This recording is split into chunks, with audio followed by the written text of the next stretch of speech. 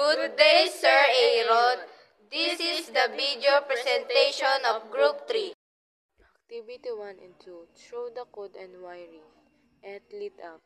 Activity 3. 2 LEDs were used.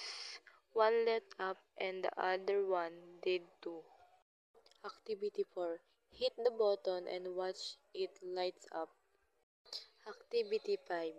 Just twice the potentiometer and it lights up.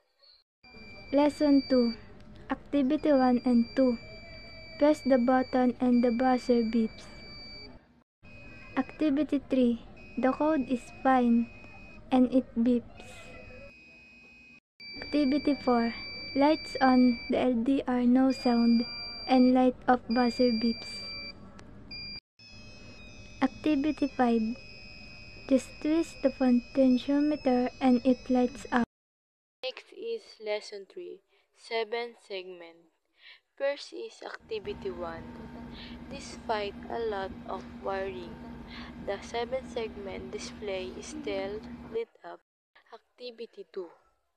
It lit up and displayed the number. Activity 1. Use a wire and code gamit ang ChatGPT and it. Next is Activity 2. And display the letter. Comment about robotics experience.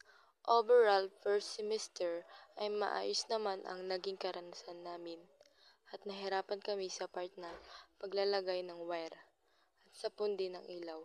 But dahil na rin sa pagtutulungan naming tatlo, nagawa namin ng maayos ito. Looking forward to next robotics classes. We looking forward sa next lesson ay nais rin naming matutunan ang RFID at paggawa ng code.